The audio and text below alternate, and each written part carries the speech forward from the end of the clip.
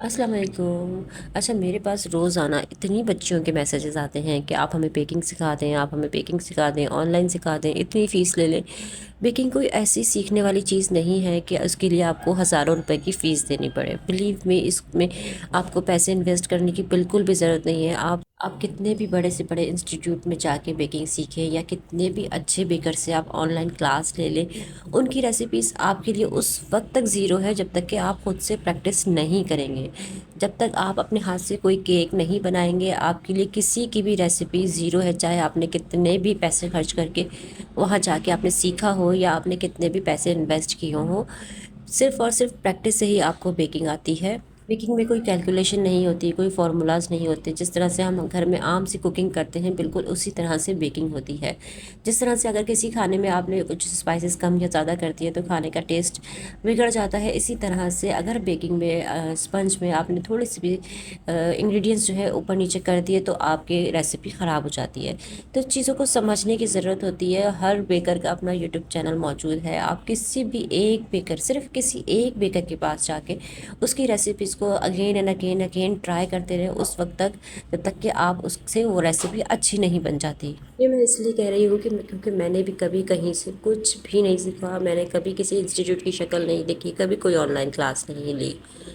Even मुझे इतना भी नहीं मालूम था कि कौन सी चीज़ें फ्रिज में रखी जाती हैं, कौन सी चीज़ें हमें रूम टेम्परेचर पर रखी जाती हैं। मैं चॉकलेट को उठा के फ्रीज़र में रख दिया करती थी, जबकि चॉकलेट कभी भी फ्रीज़र में नहीं रखते हैं। फॉन्डेंट के टॉपर्स बना के एक बार मैंने फ्रिज में रख दिए और वो सब मेल्ट हो गए और हाथों में चिपकने लगे। लेकिन मैंने कभी किसी कस्टमर के केक पर कोई प्रैक्टिस नहीं की। मैंने सिर्फ और सिर्फ अपने घर के केक पर ही प्रैक्टिस की। जितनी भी गलतियाँ करी, अपनी गलतियों से ही मैंने सब कुछ सीखा कि मैंने कहाँ क्या गलतियाँ की हैं। तो आप लोग भी किसी भी बेकर के जब रेसिपीज़ को ट्राई करते हैं तो आप सारी एहतियात लिखा करेंगे, उन्होंने क्या क्या चीज़ें करने को कहा और क्या क्या चीज़ें करने से मना किया है।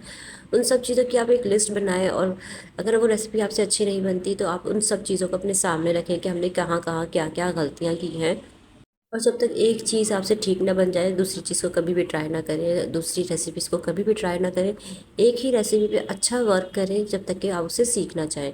क्योंकि मेरी जो रेसिपी है ये भी मैंने खुद से ही क्रिएट की है, क्योंकि मैं विदाउट ओवन बेकिंग करती थी और मुझे कोई ऐसी रेसिपी मिल ही नहीं रही थी कि जो विदाउट ओवन अच्छे से बन जाए।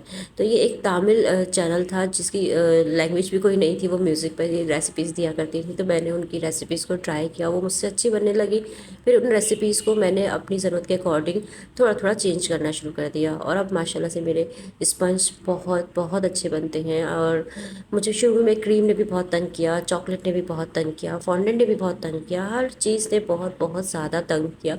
और बस गलतियाँ कर कर के ही अपनी ही गलतियों से सीखा, और अल्हम्दुलिल्लाह आज आपके सामने मेरे स्पंज के और मेरी डेकोरेशन वगैरह सब कुछ आप लोगों के सामने है, जो आप लोग देखते हैं, पसंद करते हैं। मैं आप लोगों को बस यही सजेशन दूंगी कि आप लोग इधर उधर ना भागें, खुद से प्रैक्टिस करें, चीज़ों को सीखें समझें। आप खुद से घर में बहुत अच्छी बेकिंग सीख सकते हैं बगैर किसी किस्म के इन्वेस्टमेंट के, बगैर किसी। क्योंकि मैंने भी जब बेकिंग स्टार्ट की तो मैं रेसिपीज़ को जब किसी की देखती थी तो मैं खौफज़दा हो जाती थी कि उफ, 12 अंडों से केक बनेगा, ख़राब हो गया तो सारी की सारी चीज़ें ज़ाया हो जाएंगी। लेकिन अब तो इतनी आसान आसान रेसिपीज़ मौजूद हैं कि आप एक अंडे से भी स्पंज बना सकते हैं। तो शुरू करें, एक अंडे की रेसिपी से ही स्टार्ट करें, तो आपको डर भी नहीं होगा कि आपकी चीज़ ज़ाया होगी।